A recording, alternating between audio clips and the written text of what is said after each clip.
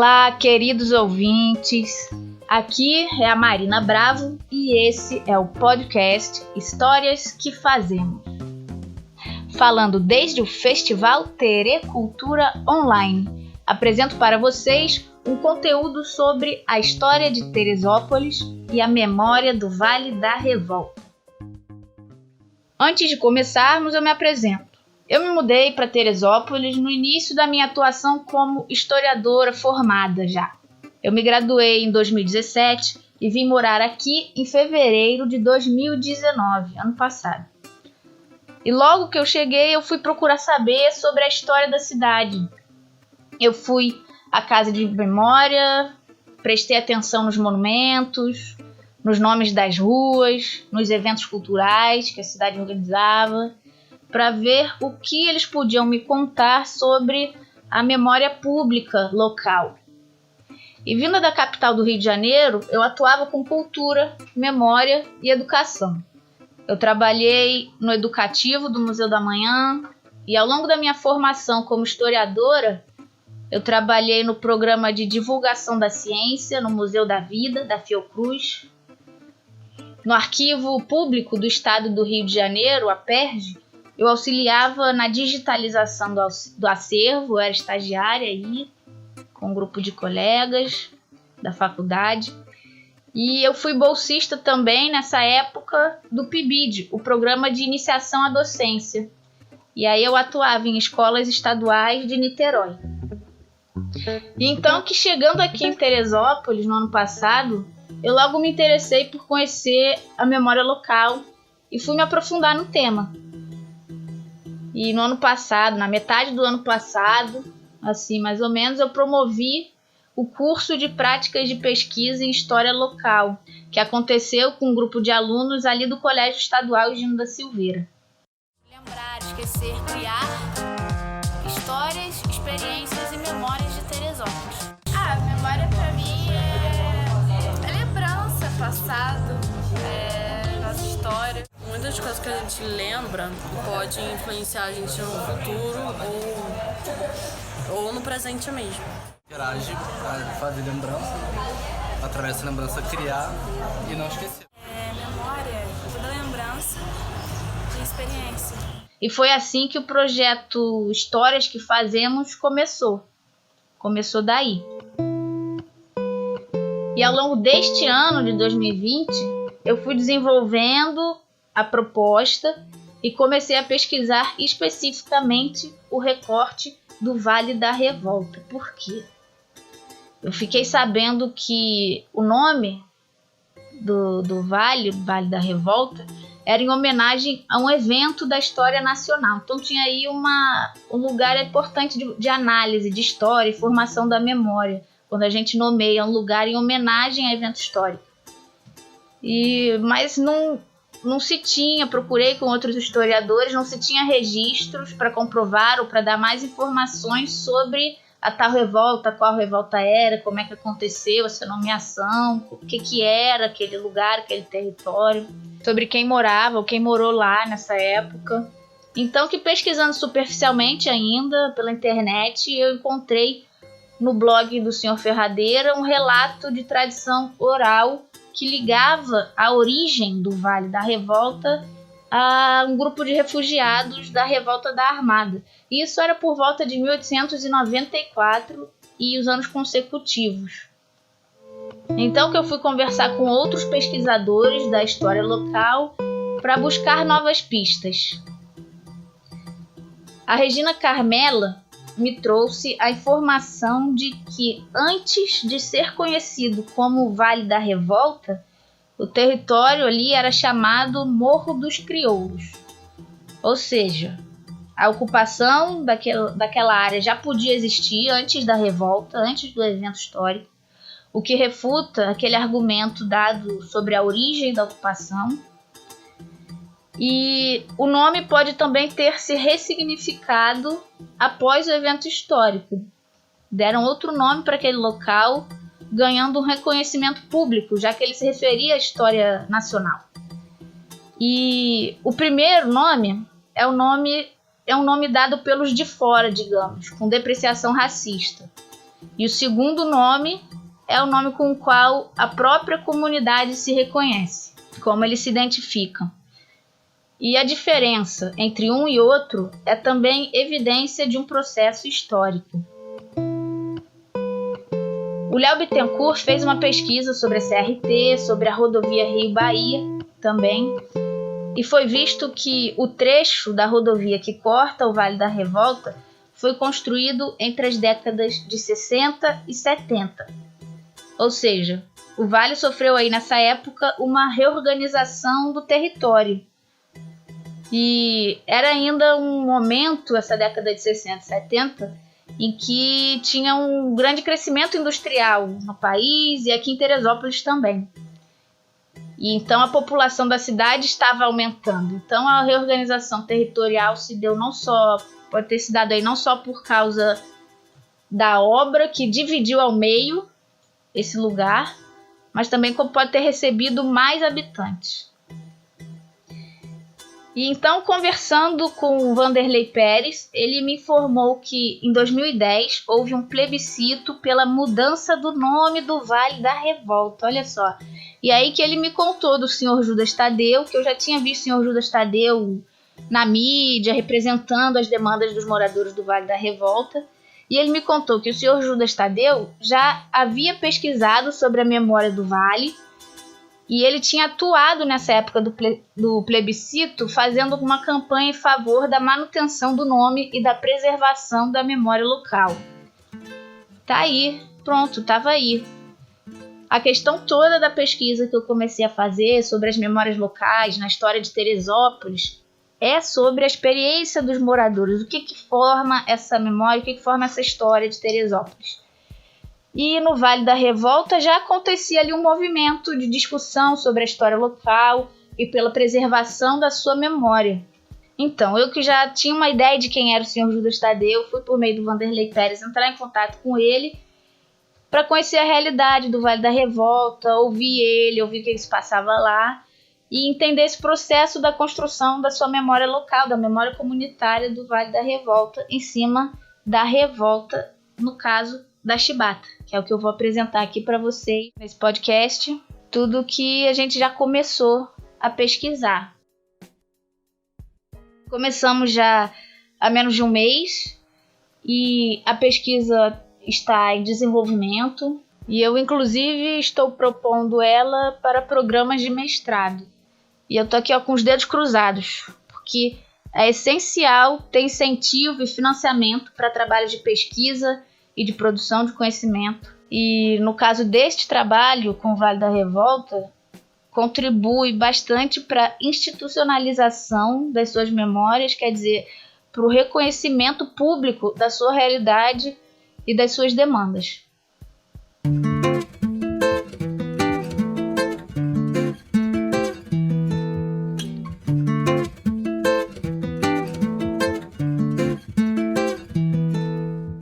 O que vocês vão ouvir nesse podcast é o início desse trabalho.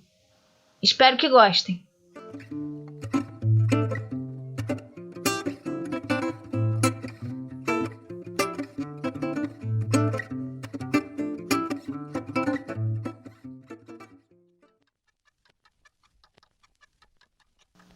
Não planejo ir muito longe no tempo para buscar as memórias de Teresópolis. O nome da cidade, em homenagem à imperatriz, logo nos remete à época imperial. Mas os principais registros que encontramos hoje no nosso dia a dia sobre a memória da cidade de Teresópolis, vemos em monumentos, patrimônios, nomes de edifícios, de praças e de ruas. E eles contam da época em que a cidade começava a se tornar cidade e das pessoas que lideraram os empreendimentos dessa urbanização. O início do século XX foi esse momento dos projetos urbanos aqui na cidade, em que se começava a construir o que conhecemos hoje como o centro da cidade. E conforme Teresópolis foi se urbanizando e se industrializando, os bairros periféricos foram crescendo e a população aumentando conforme a oferta de trabalho nas indústrias, principalmente a têxtil e a de alimentos. A cidade foi então tomando novas caras.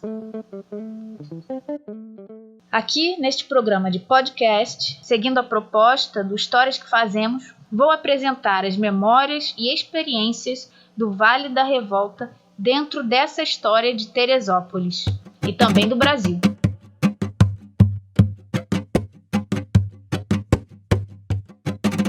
O Vale da Revolta é cortado pela BR-116, fazendo parte do bairro Meudon.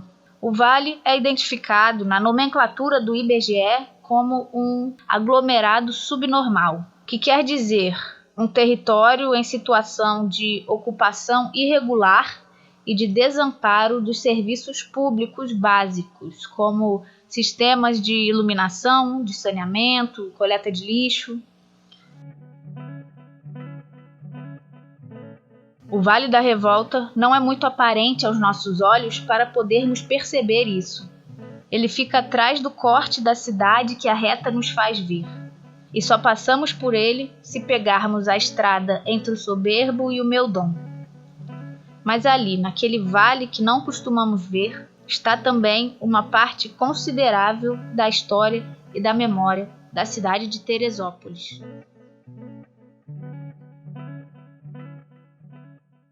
Eu agradeço o Sr. Judas Tadeu, morador e presidente da Associação de Moradores do Vale da Revolta, por ter aceitado o convite em participar do podcast.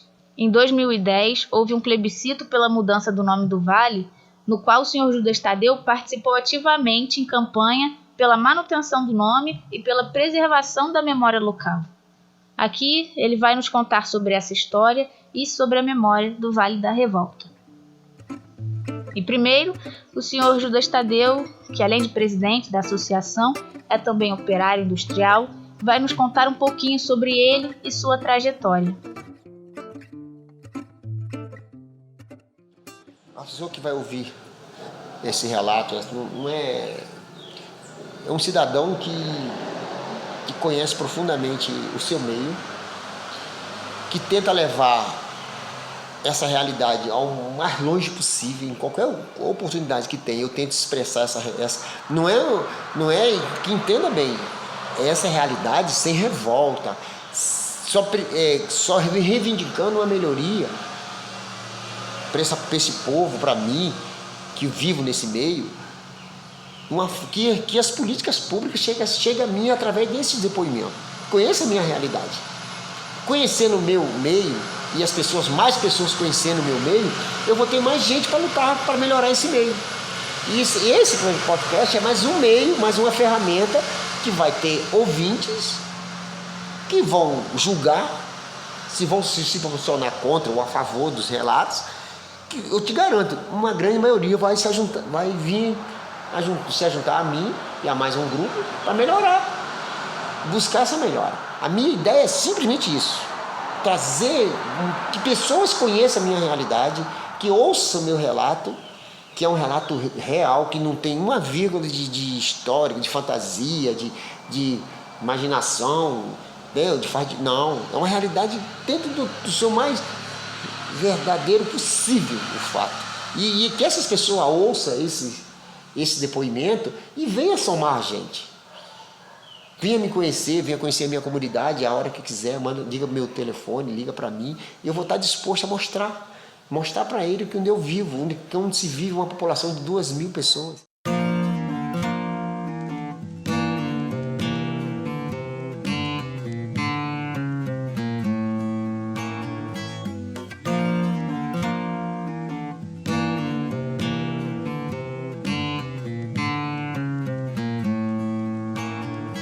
Meu nome é Judas Tadeu Florencio da Cruz, sou nordestino, eu sou nascido no estado do Rio Grande do Norte, uma cidade chamada Santo Antônio Salto da Onça.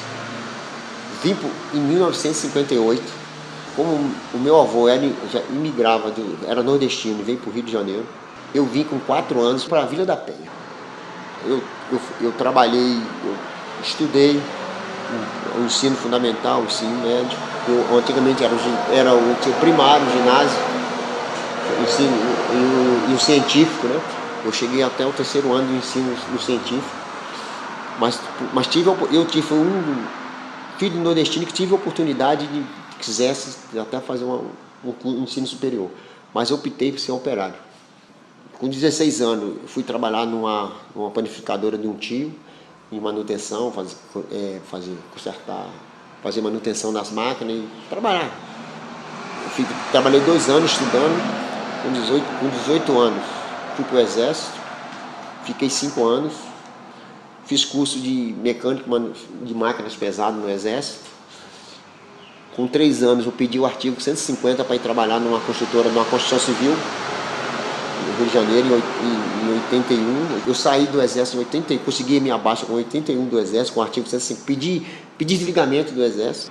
Aí em 81, 82 eu saí do Exército, fui trabalhar na construção civil. Recebi uma proposta tentadora da construção civil, larguei o Exército. E o Exército, eu teria a possibilidade, já estava, como eu tinha curso técnico, eu fui cabo engajado, terceiro sargento R2, eu ia para a Amazônia, eu ia trabalhar na Amazônia e eu me efetivar no Exército, já como segundo sargento. Mas eu não preferia, eu não tinha aquela vocação de ser militar. Aí eu fui para a construção civil, fiquei na construção civil de 82, aí vim para Teresópolis em 85 pela construção civil, fazer uma unidade, uma colônia para a Shell, para o sindicato de petroleiros lá na Posse. A colônia é a sede campestre do Citramico RJ, Sindicato dos Trabalhadores no Comércio de Minérios e Derivados de Petróleo do Estado do Rio de Janeiro. É usada para descanso e lazer dos trabalhadores e associados do sindicato. Hoje, o nome é Clube Hotel Lagoa. Nessa ocasião, o sindicato havia acabado de comprar a propriedade e o Sr. Judas Tadeu foi chamado para trabalhar nas obras da sede. 25 de outubro de 85. Eu cheguei aqui em Teresópolis. Meu primeiro contato com Teresópolis, sim, e foi em outubro de 85. Fui para Posse, fiquei 2 anos na Posse, lá construí, aí fiquei na manutenção por mais 6 ou 8 meses na manutenção. Aí, como eu tinha que ir para Tucuruí, aí eu ia trabalhar em Tucuruí, porque a empresa ia me transferir para lá e eu ia casar. Tucuruí ia parar. Aí na usina, na hidrelétrica, eu ia trabalhar na hidrelétrica de Tucuruí, fazer lá, eu ia transferido para lá. Aí minha esposa não quis ir, porque tinha mãe, aí nós ficamos aqui. Aí eu fiquei uns 6 ou 8 meses assim, sem função, sem trabalhar. Fui trabalhar no hotel, um ano. Assim, logo a seguir, eu mandei naquela época, currículo não existia, né? Era o contato mais pessoal na Sudantex, em 88.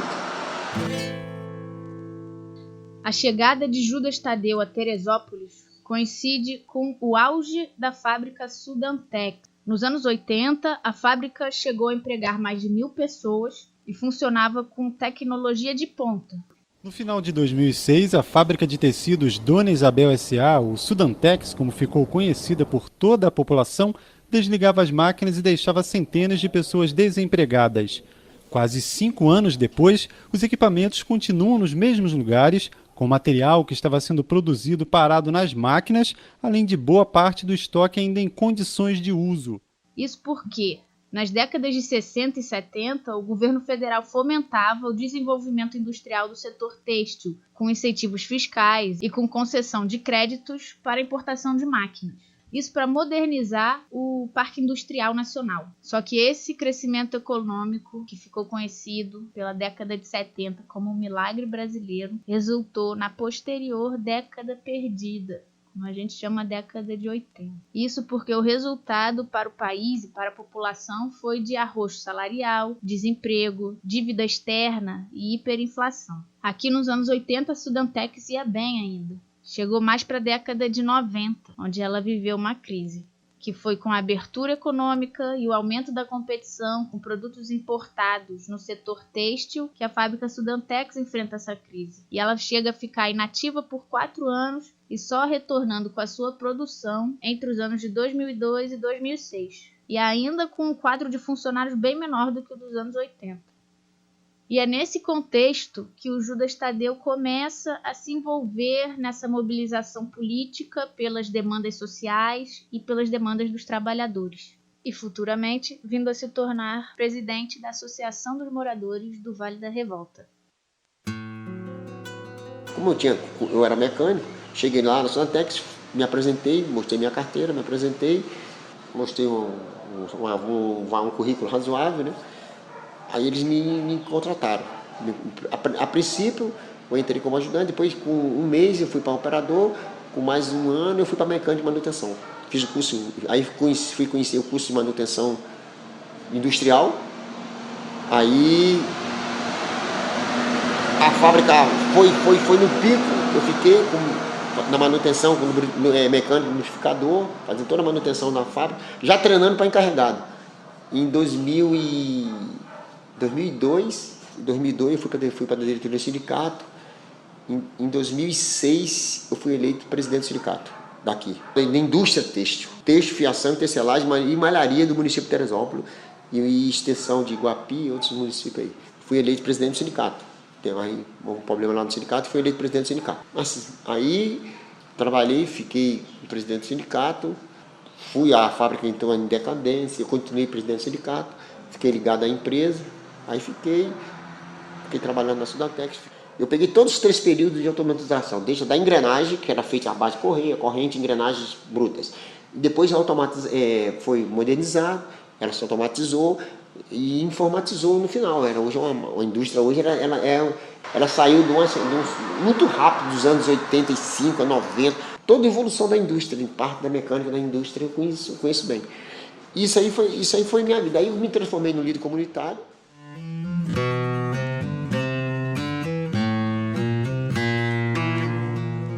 Como vimos, a trajetória profissional de trabalho como operário industrial do Sr. Judas Tadeu acontece nas décadas de 80, 90, e quando entra os anos 2000, em 2009, o Sr. Judas Tadeu presencia um acontecimento no Vale da Revolta. Nessa ocasião, teve um processo de fazer reformas e obras na CRT pela ANTT, Agência Nacional de Transportes Terrestres, e essas obras tomariam parte do território do Vale da Revolta em que haviam casas dos moradores.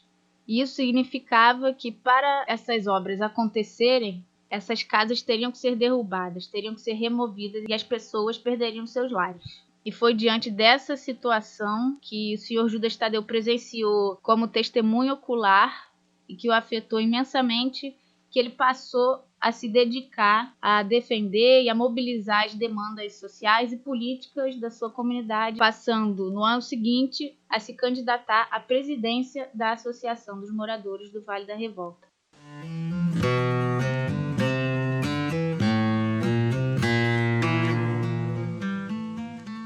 Eu vivo aqui há 32 anos no Vale da Revolta, eu e minha esposa. Em 2010 me transformei no líder comunitário por necessidade que surgiu um processo de remoção da comunidade. Eu vi as pessoas tão aflitas com aquele ato que me sensibilizou tanto. Quando eu vi aquilo, eu vi as pessoas tão desprovidas de qualquer defesa que eu entrei de corpo e alma no social, nessa forma de associação.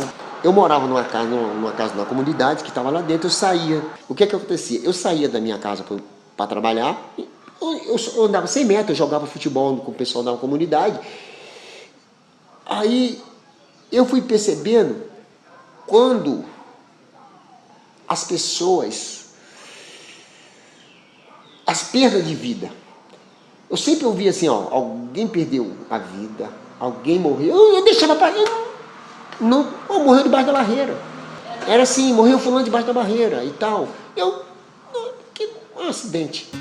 Essa realidade dos deslizamentos no Vale da Revolta é ainda recorrente e muito presente no dia a dia dos moradores do Vale. Não só desde 2010, 2011, até este ano mesmo, de 2020, a comunidade enfrenta recorrentes deslizamentos no Vale. Em maio de 2015, por volta de 1h30 da tarde desta segunda-feira, dia 11, foi registrado um deslizamento de encosta na divisa dos bairros Vale da Revolta e Jardim Meudon, acesso pela Rio Bahia, no quilômetro 83. em janeiro de 2016. Chegamos agora ao Vale da Revolta, quilômetro 84 da rodovia BR-116 a Rio Bahia, no trecho Teresópolis-Rio. Nesse ponto, uma grande barreira foi registrada, ameaçando algumas casas localizadas na parte mais alta desta localidade. Em dezembro de 2019. Aqui no Vale da Revolta, uma área que já choveu num acumulado de um mês, 580 milímetros nessa região, Vale da Revolta e a Coreia. A gente chega aqui e vê diversos barrancos que caíram, casas que foram desocupadas de emergência, mas a gente não vê aqui a Defesa Civil, não vê ninguém da Prefeitura de Desenvolvimento Social. E eu estou aqui com o Tadeu. Uma realidade constante para os moradores do Vale da Revolta é o risco frequente de deslizamentos. E somado a isso, em perder suas casas não só pelos desastres naturais, mas também por suas casas estarem em área de risco e terem que ser removidas. A Defesa Civil vai derrubar casas interditadas e que estariam sendo novamente ocupadas de forma irregular no Vale da Revolta. Os imóveis ficam na margem direita da rodovia BR-116, sentido Rio, e estão dentro de uma área de risco iminente. Os ocupantes já teriam sido notificados pessoalmente ou por aviso afixado nas portas sobre o risco de desabamento e a interdição do imóvel. De um lado, é uma barreira natural que pode cair e destruir a casa, um risco à vida, e do outro lado é uma barreira social e ao direito à moradia, também um risco à vida. Mas agora vamos voltar à história do Sr. Judas Tadeu e como começou a sua atuação pelas demandas dos moradores do Vale da Revolta. Quando começou as pessoas perderam suas moradias, eu perdi a moradia, eu comecei a perceber, quando eu comecei a me envolver mais, comecei a perceber as necessidades do povo. Quando foi impactar, quando foi a remoção, quando eu vi as pessoas chorando muito, quando foi a remoção dessa RT. 54 moradias iam ser removidas por uma ação judicial. Tinha um processo da NTT de remoção dessas moradias. Houve todas as audiências, todo o ritmo do jurídico tinha que ser acompanhado. Não se compareceu, nenhum morador se compareceu a nenhuma audiência.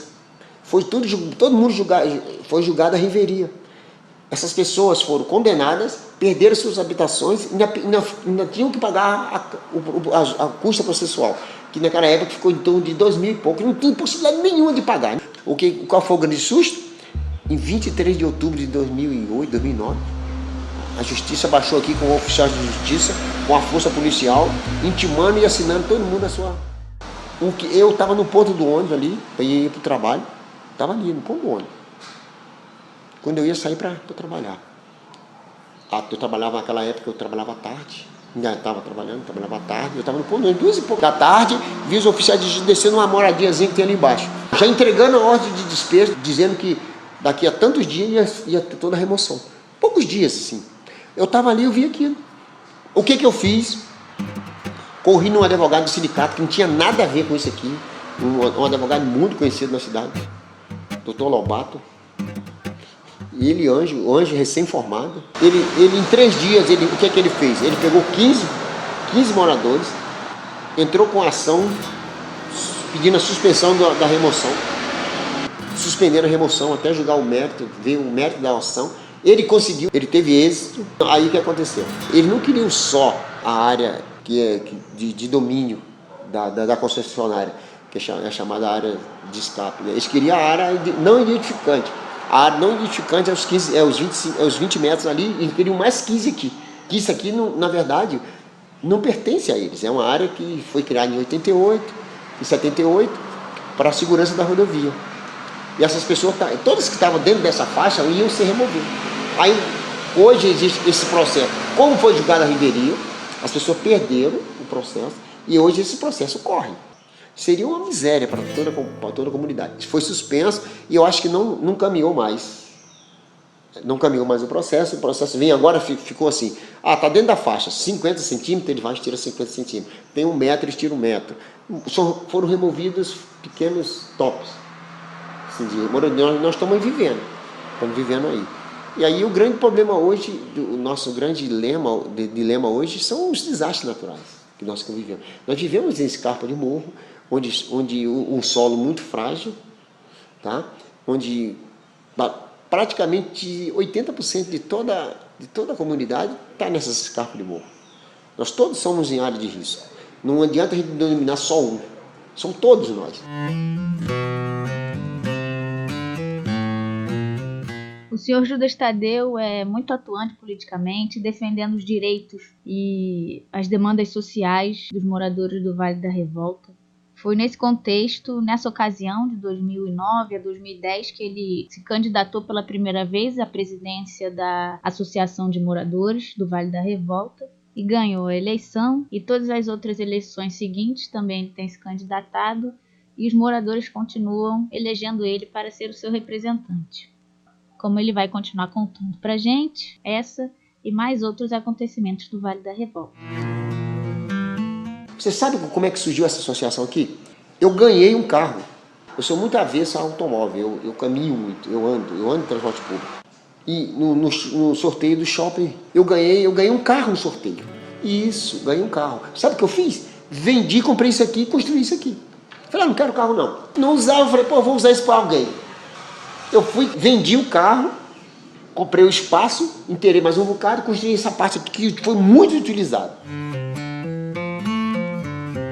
Um dos motivos por eu ter escolhido o Vale da Revolta para fazer essa pesquisa, ao invés de outros nesse momento, foi como eu falei de, já de longe, ter o nome de um evento importante da história nacional. E o outro motivo foi por eu saber que lá tinha uma associação de moradores reconhecida e mobilizada.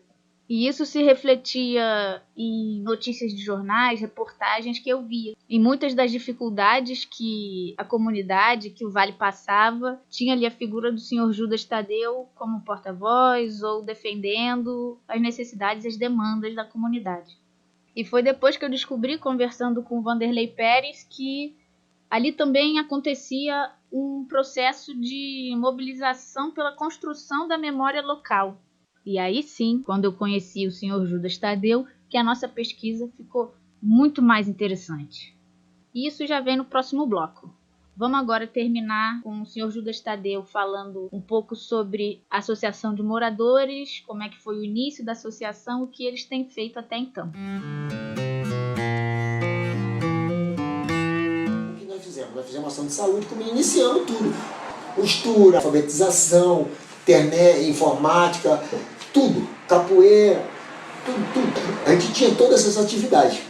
Infelizmente, em 2012 veio a primeira chuva, muito forte. Veio a primeira intempérie no território nosso. 6 de abril de 2012, caiu uma tempestade em Teresópolis que afetou a gente direto. Aí o que aconteceu? Nós tivemos que abrigar, de início, quase 100 pessoas. Na hora chegou a 184 pessoas aqui. O tempo passou, a gente ficou um mês, 28 dias, com 45 pessoas aqui. Até voltar a gente realocar todo mundo. Aí ficou tudo parado. Aí foi embora. Voltou, parou, a gente botou para funcionar. Aí em julho e em agosto deu outra tempestade.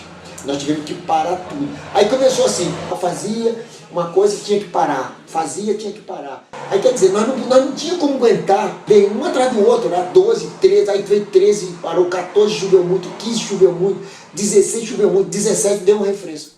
Nós fizemos um curso de cinema, a FES é um grande parceiro. A FES é um grande parceiro, a UERJ já veio com o curso de turismo, a gente já fez um curso de formação de condutores, porque a gente tem um parque. Hoje nós estamos com uma unidade de saúde. Hoje a gente tem hoje um projeto visivelmente de renda. A gente está buscando grandes empresas para trazer uma parceria de curso profissionalizante. Nós abrimos espaço para fazer um curso de mecânica. Mas tudo isso tem que passar na pandemia para a gente ter como é que a gente vai fazer. Porque todo projeto que a gente tinha em mente de alcançar o povo foi suspenso. E a gente está aproveitando esse tempo para readequar o espaço físico. Quando as pessoas chegarem, vai estar arrumado. A gente está reformando tudo para entregar uma associação melhor. Uma associação melhor. Quando ela voltar às atividades dela, ela vai estar bem melhor do que era. Bem mais centralizada, tendo os objetivos claros, né? Abrigo, educação.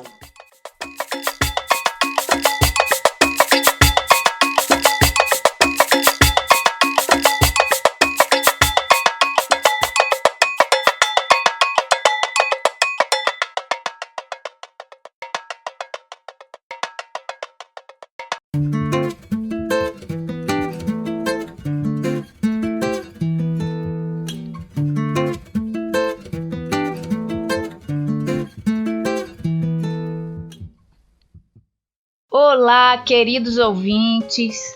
Aqui é a Marina Bravo e esse é o podcast Histórias que Fazemos.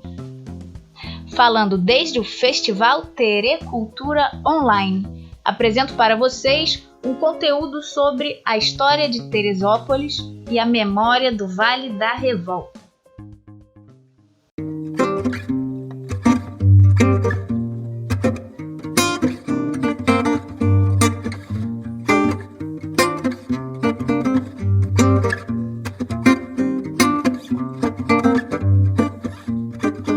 Em 2010, no início da atuação de Judas Tadeu na Associação de Moradores, houve o plebiscito pela mudança do nome do Vale da Revolta. Essa votação abria a possibilidade de dar ao vale uma nova identidade.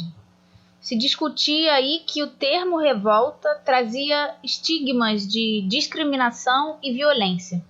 Afinal, é assim que nos referimos na história do Brasil aos movimentos coletivos de contestação ao governo.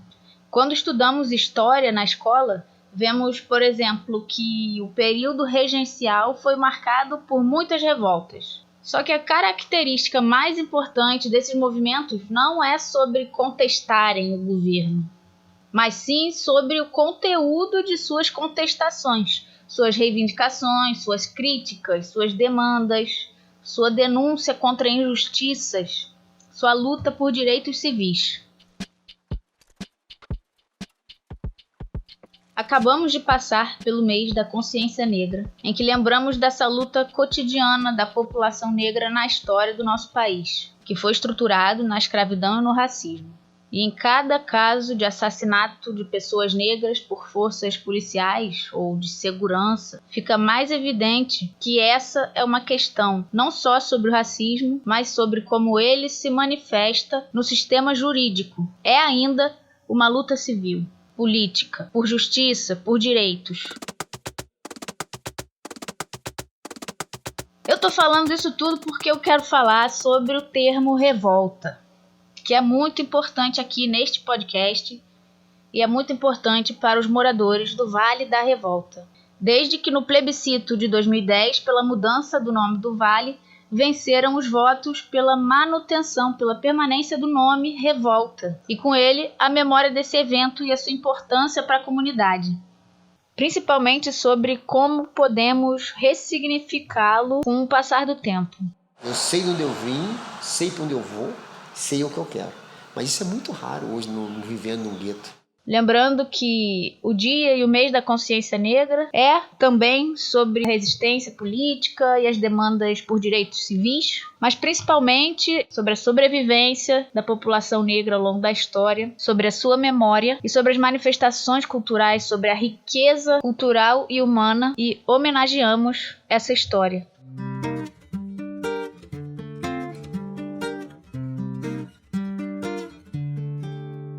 Gente, comece a cobrar dos seus direitos.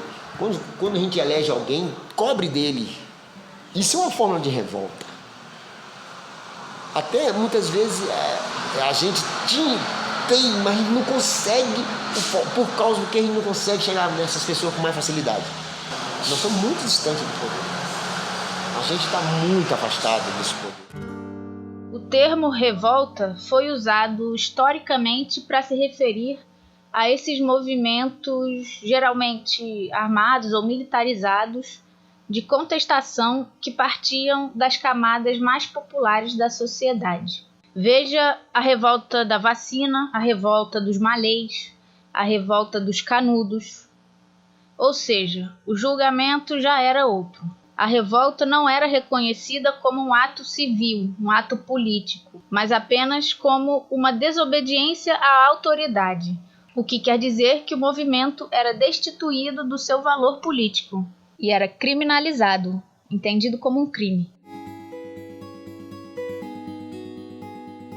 Quando em 2010 se discutia a mudança do nome do vale, optava-se por Esperança ou Bênção, como conta Judas Tadeu, Se desejava então deixar para trás a revolta e apostar em um futuro próspero. Os moradores não se identificavam com o nome da revolta e nem queriam a discriminação que esse nome evocava. A gente fica muito triste quando a gente ouve pseudônimo de revoltados, sem saber o que é a palavra, o que é o Vale da Revolta.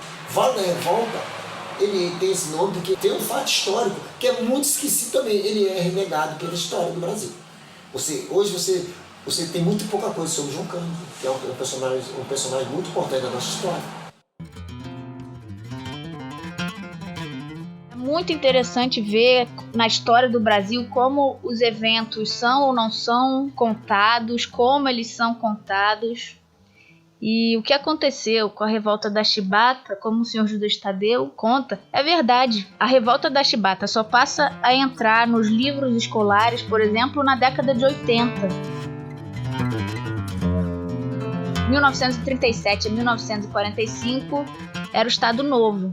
E esses primeiros escritores que tentaram narrar o acontecimento da revolta da Chibata 20 anos depois, um evento histórico, né, que aconteceu 20 anos antes, eles foram barrados pela ditadura do Estado Novo.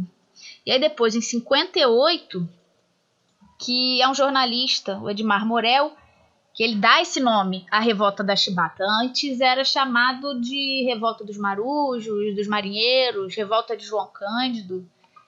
E ele escreve esse livro em 1958, conversando já com João Cândido, né? João Cândido participa, oferecendo conhecimento e oferecendo os relatos dele sobre o acontecimento. E é assim que ela é considerada um episódio histórico reconhecido publicamente, através do livro, por esse nome, A Revolta da Chibata. E, novamente, em 1974, o assunto volta na música do João Bosco com Aldir Blanc. Ela sofre censura, porque era a época da ditadura militar e a censura foi que para a música ser liberada ela deveria ser rebatizada, deveria mudar o nome para O Mestre Sala dos Mares. O nome original da música seria O Almirante Negro, que esse era um apelido dado na imprensa na época de 1910, quando aconteceu a Revolta da Chibata, como o João Cândido foi apelidado na época. E ainda, o trecho da música que tinha Almirante Negro teve que ser mudado para Navegante Negro. Conhecido como Navegante Negro. Então era uma música em homenagem ao João Cândido. E é mais pro final da ditadura militar, então, com a nova Constituição Cidadã de 1988, que na década de 80 e seguintes a gente passa a aprender sobre esse evento histórico da Revolta da Chibata na escola, com os livros de história.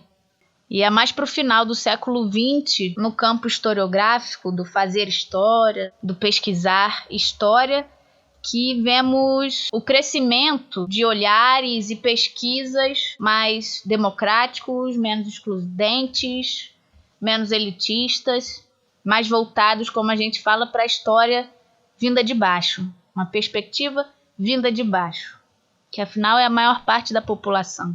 E se a essa parcela da população ficou negado o acesso aos direitos civis e à justiça na memória social, é no campo das manifestações culturais que essa história se expressa.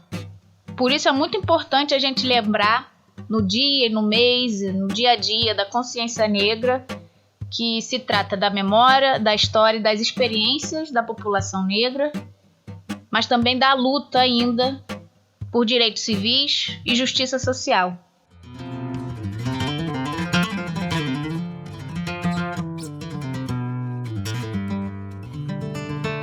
O plebiscito de 2010 trouxe para os moradores do Vale da Revolta um novo sentido.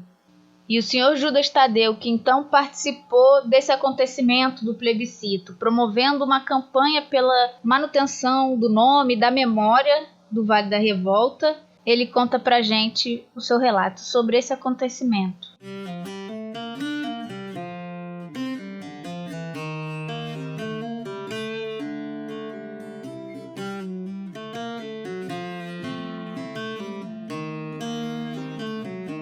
Olha só, quando em 2010 também Tinha passado uma coisa atrás da outra. Aí um senhor é eleito vereador da cidade de Teresópolis. Ele foi morador do Vale da Revolta, o pai dele foi presidente da associação. Ele foi eleito vereador em 2010. Ele tomou posse. Primeiro ato que ele fez, ele prometeu que ia mudar o nome do Vale da Revolta.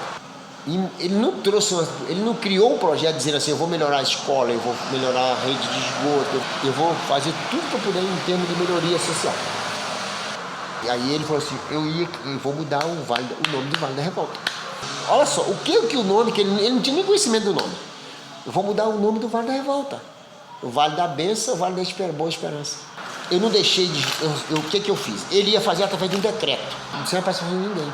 Eu falei para ele que ele não ia fazer. Se ele fizesse um decreto, nós íamos para a porta, nós íamos para a prefeitura, nós íamos fazer uma bagunça do cão. Aí o que aconteceu? Ele veio aqui, já tinha acontecido uma eleição para a associação, já tinha tido uma chapa de oposição, tinha tido tudo. Tinha havido uma eleição e tudo. Olha só, eu no bom sentido, falei, Marcelo, nós não podemos fazer. Veio dizendo que não, Marcelo, eu faço um negócio com você. Eu abro mão do meu mandato de presidente da associação. Você vê, vamos fazer um plebiscito. Junto com o plebiscito, a gente faz uma nova eleição para a associação de moradores. Aí ele arrumou, aí tudo bem. Tinha o pastor, tinha o Sebastião, eu, e tinha mais uns dois que desistiram depois. O vereador indicou a pessoa, tinha a chapa dele. Aí trouxe para cá, veio fazer esse plebiscito. Fizemos os editais, colamos os editais, fomos pro jornal, fizemos toda aquela parafernália que tem que ser feita. E no dia 12 de março de 2010, nós fizemos a eleição no domingo. As duas coisas juntas. Ou você escolheu o presidente da associação, e mesmo escolhia o nome que você queria deixar aqui. Aí tocamos o barco, ele fez o movimento dele, fez o movimento que tinha que fazer para mudar o nome, para não mudar. Eu fiz também, né? Eu me dediquei muito mesmo nessa, fui fundo. A campanha foi assim, pessoal, ia em cada casa,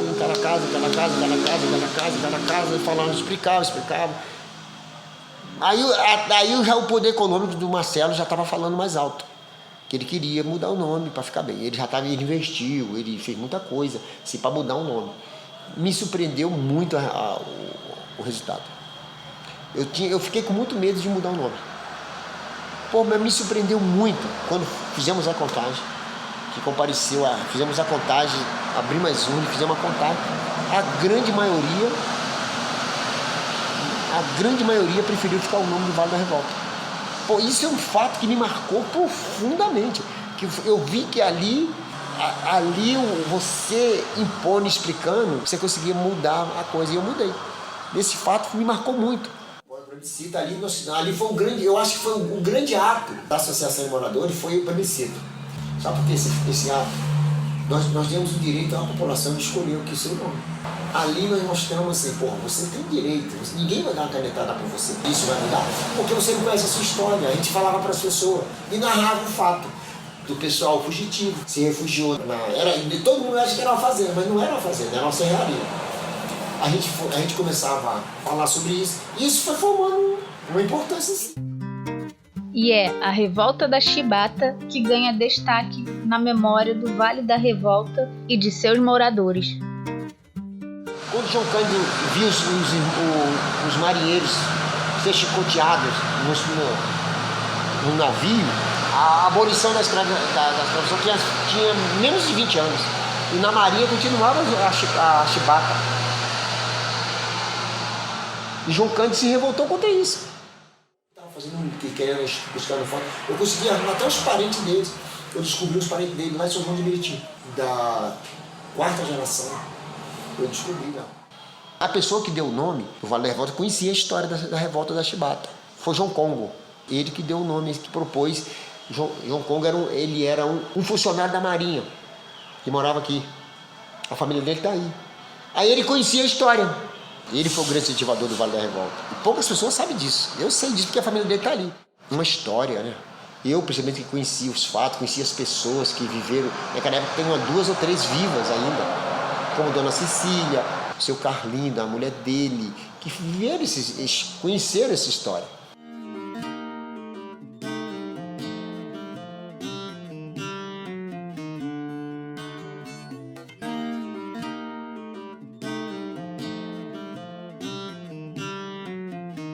A revolta da Chibata começa a ser mais reconhecida publicamente como um evento histórico importante para a história do Brasil a partir da década de 80. Ela aconteceu em 1910, em 22 de novembro de 1910, e está cumprindo esse ano, né, essas semanas passadas aí, 110 anos.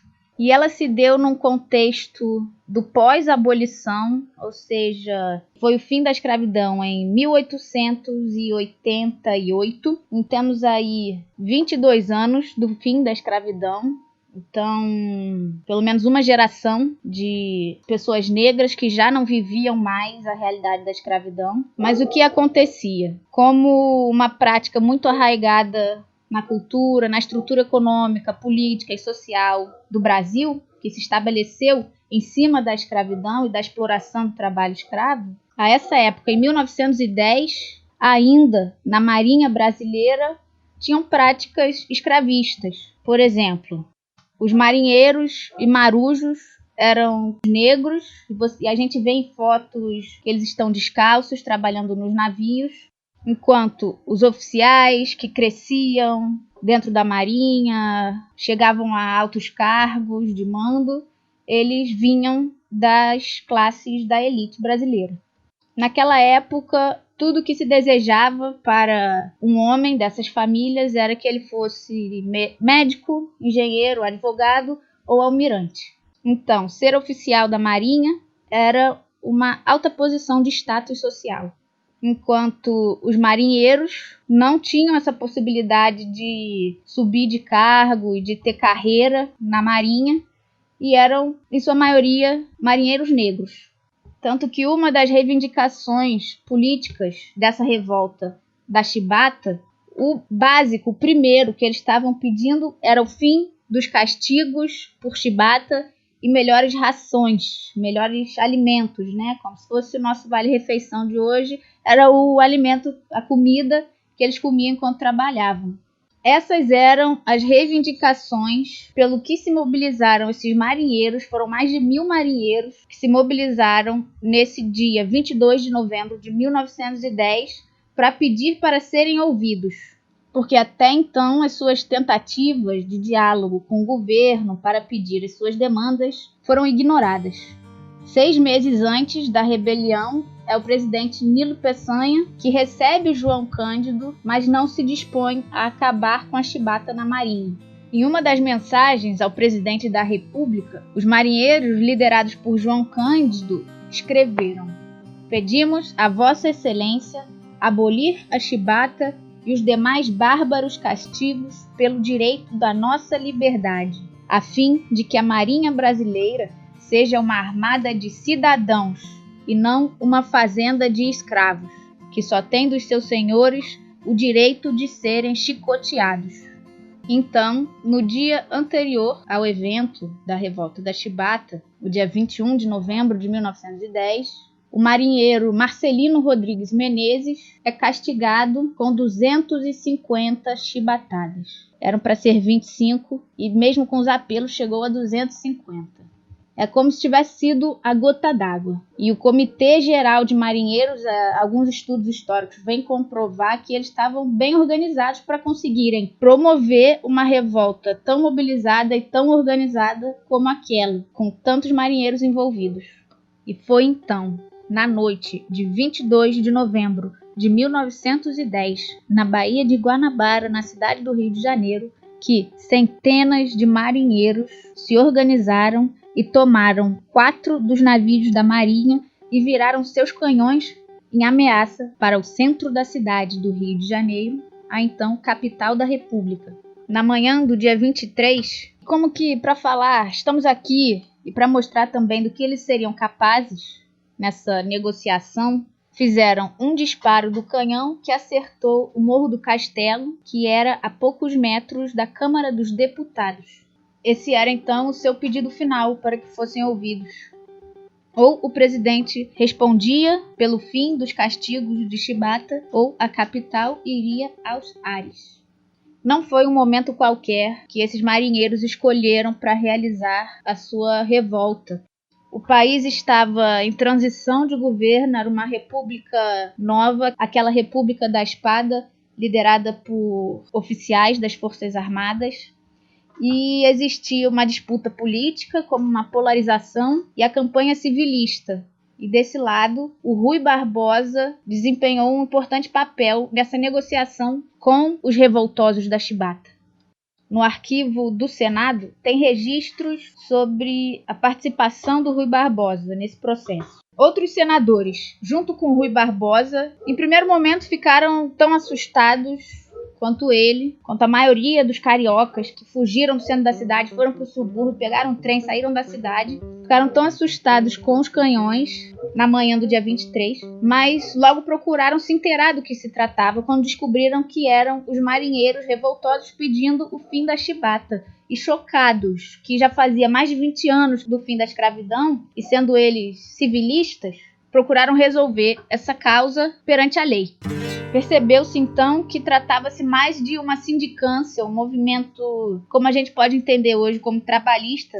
Os marinheiros estavam pedindo melhores condições de trabalho no geral. Era urgente o fim das chibatadas, obviamente, melhor alimentação no trabalho, mas também pediam aumento de salário, também desejavam ter melhores condições de carreira, de crescer dentro da marinha.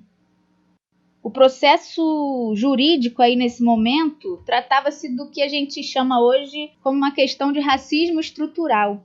Nos números da época, 90% dos marujos eram negros. Isso é, sendo 20 anos depois apenas da Lei Áurea, da abolição da escravidão, esses homens eram filhos e netos de ex-escravos, de pessoas que tinham sido escravizadas. E no quadro dessa época, quando a escravidão foi abolida, não foram garantidos à população negra indenização de terra ou acesso à educação e trabalho. A imensa maioria dessas pessoas teve que se contentar com os empregos que ninguém queria. E a marinha era um desses lugares, como marujos, no caso. Porque as condições, de fato, não eram boas. Eram trabalhos pesados, de limpeza, nas caldeiras. E, muito frequentemente, se acumulavam funções. Por exemplo, um navio que comportava 900 homens trabalhando, tinham 300. Para a gente ver, é tão estrutural o racismo na nossa sociedade que, na Constituição de 1891, essa Constituição da República, os negros eram enxergados como cidadãos de segunda classe. No capítulo que se refere à cidadania, dizia que não tinham direito ao voto os mendigos, os analfabetos e os subalternos da Marinha e do Exército, ou seja...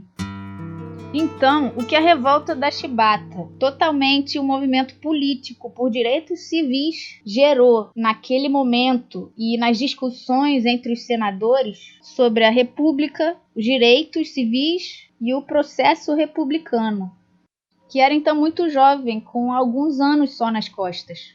E ainda levava para o centro da discussão, nesse embate dos militares com os civilistas, a autoridade das Forças Armadas nesse processo republicano, que estava então sendo guiado e legitimado por elas próprias.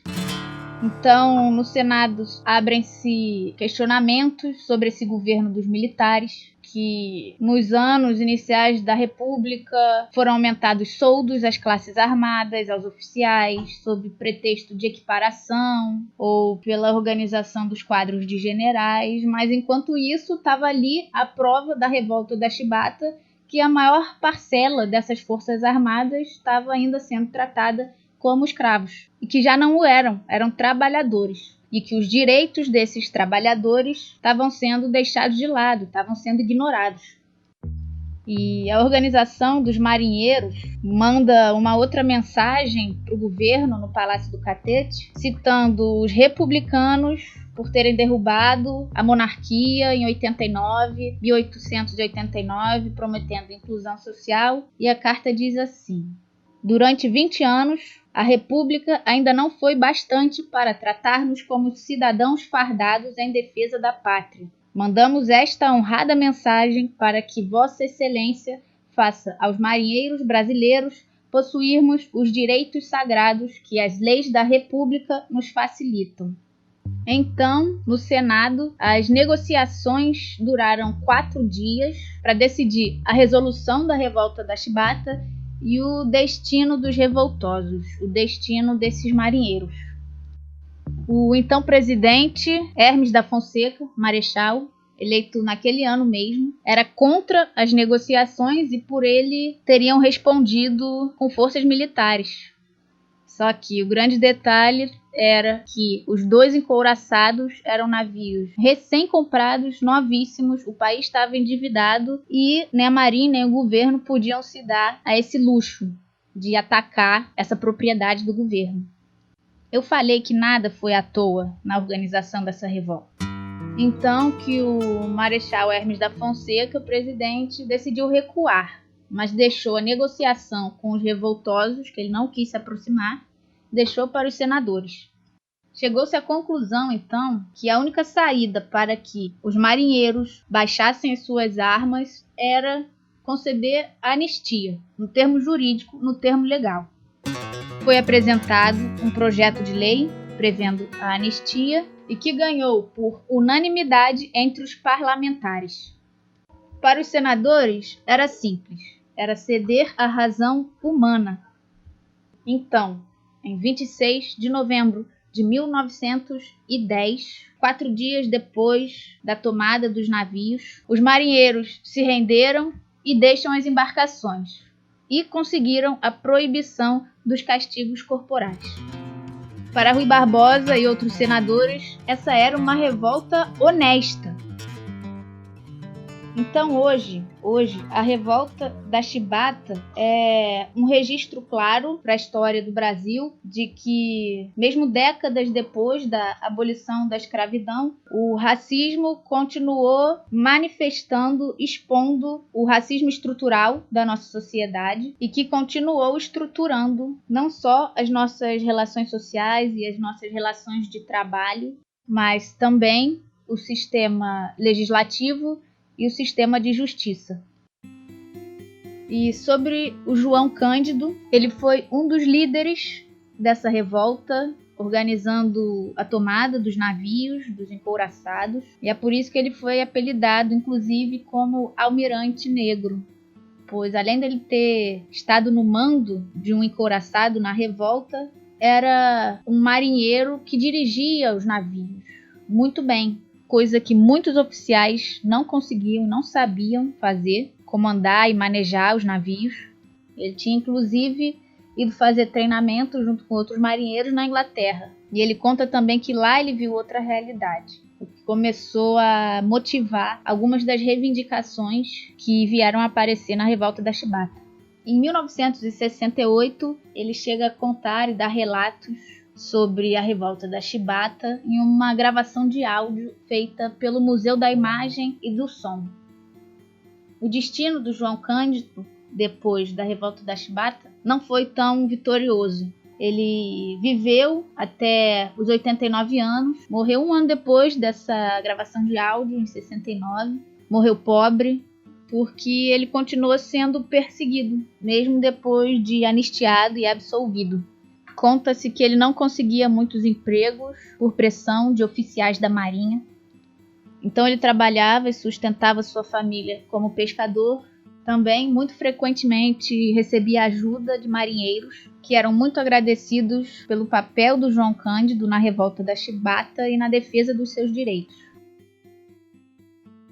O que levou a produzir a experiência? O primeiro grãozinho foi na organização dos comitês, já com o título de comitês revolucionários. Cada um comitê e a intenção era aquela, era logo que tivéssemos o elemento essencial para impormos às autoridades, a revolta teria que vir. Mas quem organizou esses comitês? Os marinheiros. Eu era um dos chefes, os marinheiros da época. Quais eram os outros chefes? Os outros, por exemplo, Dias Martins, que comandou mais tarde o Cruzador Bahia, Gregório do Nascimento, que mais tarde comandou o Coraçado de São Paulo, André Avelino, que comandou o Coraçado de Deodoro, todos esses eles congregaram os marinheiros dos navios em que eles serviam e de outras preparações. Um presente razoável, um futuro melhor. Porque você só faz isso conhecendo a sua história. Temos que começar por nós. Nos organizamos e vamos buscar parceiros. A gente tem uma realidade, a gente tem toda uma história que não foi resgatada. Ela não se serve para ensinamento para futuras gerações. Ela foi tentando ser esmagada porque não interessava ser contada. A miséria não interessa aparecer. Para nós tinha muito valor, mas não interessava os outros. E não tem interesse em guardar essa história, de relatar essa história.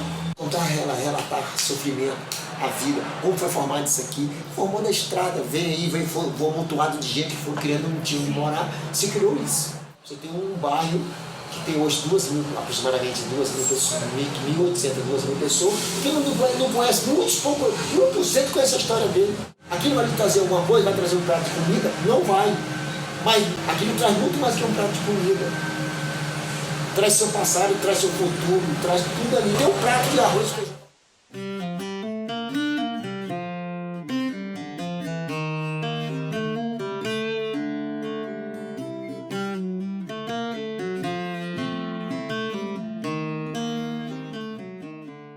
Os moradores do Vale da Revolta, que já se mobilizavam por suas demandas sociais, desde o acontecimento do plebiscito de 2010, passaram a se mobilizar também pela construção da sua memória comunitária, em uma reconciliação com o passado e com a identidade da comunidade do Vale, em uma memória de resistência, um novo tempo de democracia, de direitos civis e de justiça social, a expectativa de um futuro mais digno em suas demandas por moradia, trabalho e educação.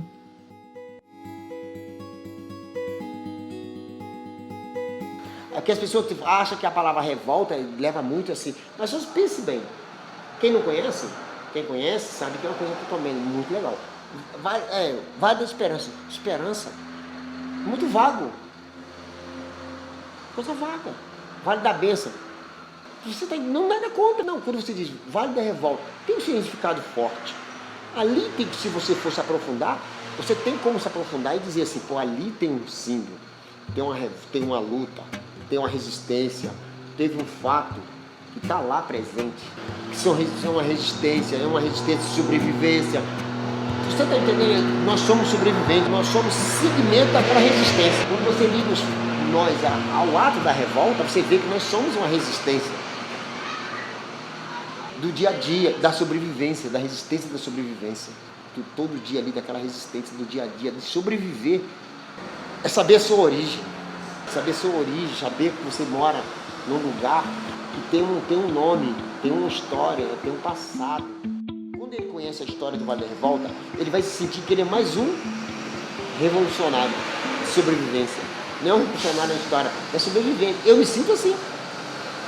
Tu tá entendendo? Quando você conhece isso, eu sou um sobrevivente, eu sou um revolucionário social. Eu quero a melhoria. Você liga os fatos, você vê que João Cândido tinha a mesma coisa. A gente é um oásis dessa resistência de dizer assim, eu não vou aceitar isso. Eu não vou utilizar esse lugar como mais uma ferramenta de chibata, de as pessoas ser subjugadas ao todo, chegar a dizer assim, viver nessa forma que vive, é a força da sobrevivência. Você está revoltado com tudo isso que você não tem. Você não recebe de seus direitos, mas você sobrevive a essa luta. Ela impulsiona você a reivindicar os seus direitos. Eu queria que todas essas pessoas que conhecessem essa revolta interagissem, buscassem seu direito, buscar o direito, buscar uma melhoria assim, ao oposto de contar algo. É buscar algo que é seu, que está lá, que é direito seu, que você não recebe. Isso me revolta. Eu quero isso, mas não vou buscar isso em forma de uma violência, de uma forma Não, eu quero os direitos. A minha revolta é querer meu direito. É isso que eu quero. Em forma de dignidade, de moradia, de tudo. Quando eu digo dignidade, eu quero dizer moradia, educação, saúde, ter um trabalho, entendeu?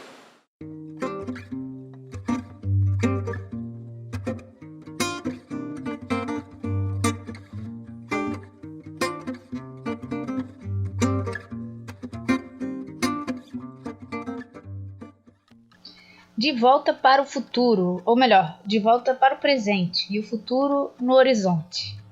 Uma coisa muito importante aqui para vocês.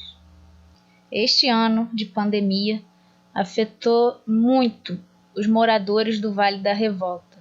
O desemprego tem crescido e o risco à vida não é só diante dos deslizamentos das barreiras. Por isso, a Associação de Moradores do Vale da Revolta está fazendo uma campanha de arrecadação de alimentos. Então, quando você puder contribuir, entre em contato com o Judas Tadeu para fazer a sua doação. O número é o WhatsApp DDD 21 98632 4245. Este foi o programa de podcast do Histórias que Fazemos sobre as memórias locais de Teresópolis, apresentando o Vale da Revolta com a presença do Sr. Judas Tadeu. Os áudios que foram usados nesta edição são das entrevistas gravadas com Judas Tadeu, do jornal Diário TV Teresópolis e o trecho da gravação de áudio do João Cândido pelo Museu da Imagem e do Som é do programa Nação da TVE do Rio Grande do Sul. As fontes sobre a revolta da Chibata são do Arquivo S do Senado Federal.